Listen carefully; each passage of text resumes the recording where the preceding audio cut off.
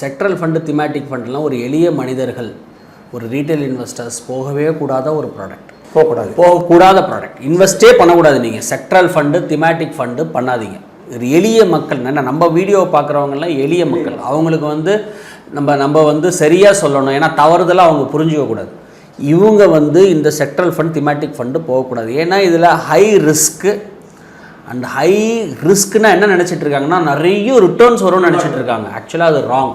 High ரிஸ்க்னா high anticipation of ரிட்டர்ன்ஸ்னு அர்த்தம். உங்களுடைய எதிர்பார்ப்பு ஜாஸ்தியாக இருக்குன்னு அர்த்தம். அது கொடுக்கணுங்கிற அவசியம் எதுவும் கிடையாது. First point. ரெண்டாவது பாயிண்ட் என்னென்னா, இந்த செக்டரை ப்ரெடிக்ட் பண்ணுறதுங்கிறதுலாம் ரொம்ப கஷ்டம்.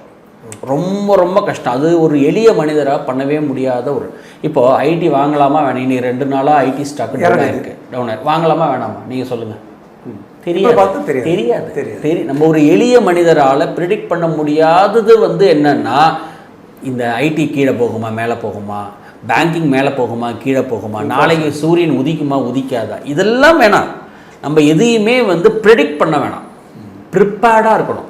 நம்ம எல்லா செக்டர்ஸ்லையும் இருக்கிற ஒரு டைவர்சிஃபைடு ஃபண்ட். ஃபஸ்ட்டு நான் என்ன சொல்கிறேன், டெஸ்ட் கிரிக்கெட் விளையாடுங்க, அப்புறம் ஒன் டே போங்க, அப்புறமா T20 போகலாம். எடுத்தோன்னே ஏன் T20? செக்ட்ரல் ஃபண்ட் திமேட்டிங்கிறது T20. 5 ஓவர்லேயே 6 விக்கெட் போயிடுச்சுன்னா அப்புறம் நீங்கள் கண்டிப்பாக தோற்று தான் போவீங்க. நீங்கள் இழப்பர் எவ்வளோக்கு எவ்வளவு சிறிய முதலீட்டாளர்கள் கம்மி பண்ணுறாங்களோ அந்தளவுக்கு அவங்க போர்ட்ஃபோலியோ நல்லாயிருக்கும். நிறைய அதில் முதலீடு பண்ணலாம்.